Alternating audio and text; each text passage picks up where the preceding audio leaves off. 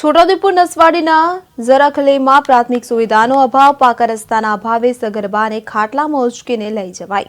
પરિવારજનોએ વિડીયો બનાવી તંત્રની આંખ ખોલવા પ્રયત્ન કર્યો તો ડબલ એન્જિન સરકાર પ્રાથમિક સુવિધા આપવામાં નિષ્ફળ નીવડી હોય તેવા દ્રશ્યો સામે આવ્યા છે.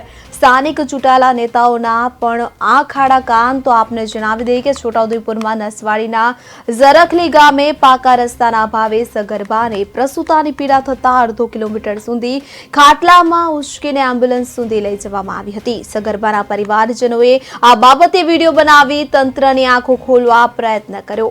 વિકાસની મોટી મોટી વાતો કરતી ડબલ એન્જિન સરકાર ઝરખલી ગામે રસ્તા જેવી પ્રાથમિક સુવિધા ઉપલબ્ધ કરી શકી નથી. તો ગ્રામજનોએ અવારનવાર તંત્ર સમક્ષ પાકો રસ્તો બનાવવા માંગ કરી છે, પરંતુ પરિસ્થિતિ હજુ જેમની તેમ જોવા મળી રહી છે. સ્થાનિક ચૂંટાયેલા નેતાઓ પણ જાણે આ ખાડા કાન કરી રહ્યા હોય તેવું જોવા મળી રહ્યું છે.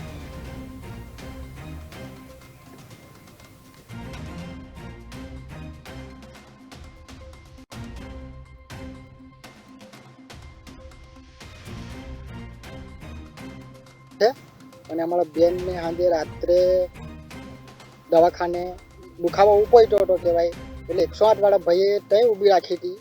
અને મને 108ની સુવિધા મળતી નથી કહેવાય, રસ્તા માટેનું છે આ તો. એટલે અમારે રસ્તાની માંગ છે. મારી દીકરીને દુખાવો ઉપડ્યો તો અમે કેનલ સુધી ખાટલામાં લઈ જા. અમારે કાચો રસ્તો છે, વર્ષોના વર્ષો વીતી ગયા તો અમારે રસ્તો આવતો નથી. અમારે 3 દીકરીઓને ડિલિવરી થઈ તો અમે ખાટલામાં લઈ જા. તો અમારી દીકરીને કંઈ પણ થાય તો સરકાર જવાબદારી લેશે. અને અમારા બેનને સાંજે રાત્રે